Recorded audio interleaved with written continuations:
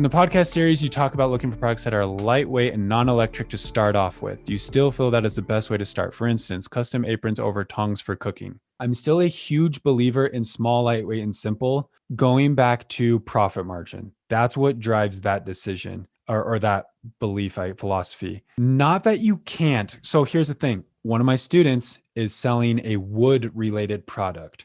Super awesome product. Like, they're going to crush it, but it is wood and it is heavier. So their, shipping costs obviously are a bit higher. But here's the thing. Their product is a higher priced product. It's not like a $20 product. It's actually like a $60, $70 product. But we've already crunched their numbers and everything. And they're sitting on like a 50% profit margin. And it's a big wooden product. Not oversized, but it's big. But it's an amazing product. So again, with that, what I would say is I lean towards small, lightweight, and simple. But if you have an amazing idea for a bigger product and you feel really good about it and you're loving the idea, absolutely roll with it. Let's just work to push those margins up to 50%, because then you'll be able to, like I said, run pay-per-click profitably and all that kind of good stuff. As far as the electric question goes, I'm still a very big believer. I will still continue to preach non-electric products. If you want to do that, you can. But once you start going down the electronics route, you're running into really high risk of bad reviews because electronic stuff breaks, especially low-end products. I actually just got off the phone today with someone, a discovery call, someone who is potentially interested, who had he was selling an electronics product in the past. It was like 2 years ago, and it ended up failing, and he wants to start fresh. And he actually sent me the product. I won't say specifically what it is, but he sent me the product, and I looked at his product listing on Amazon, and it has bad reviews. So he's got like 300 reviews, but they're kind of bad, honestly, overall. And it's a lower priced electronic product. If I'm going into electronics, let's say, like, what's a common electronic thing? Headphones. That's one that everyone gets, they do headphones. If I'm going into headphones, I want to be the best. Like, if I'm doing headphones, I want to be Beats by Dre or Bose. Like, that's my brand. I'm trying to build Skull Candy. I'm not trying to build the $20 knockoff Bluetooth headphones. That's not my game.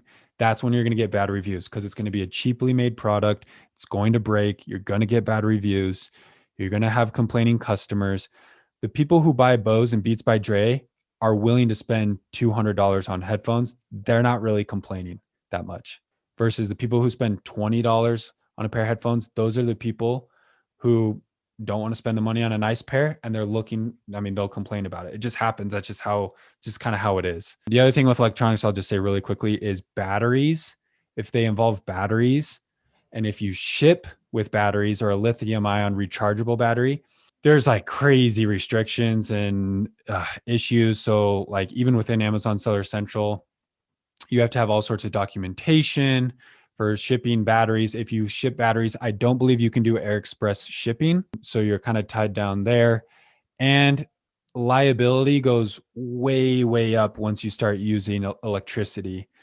That's another thing too, is, if you stick to the small, lightweight, and simple, you're a lot safer. I don't really ever recommend to any of my students, especially, in the first 6 months as we're working through this, to go out there and spend, and go get yourself $1 million or $10 million liability insurance for your business.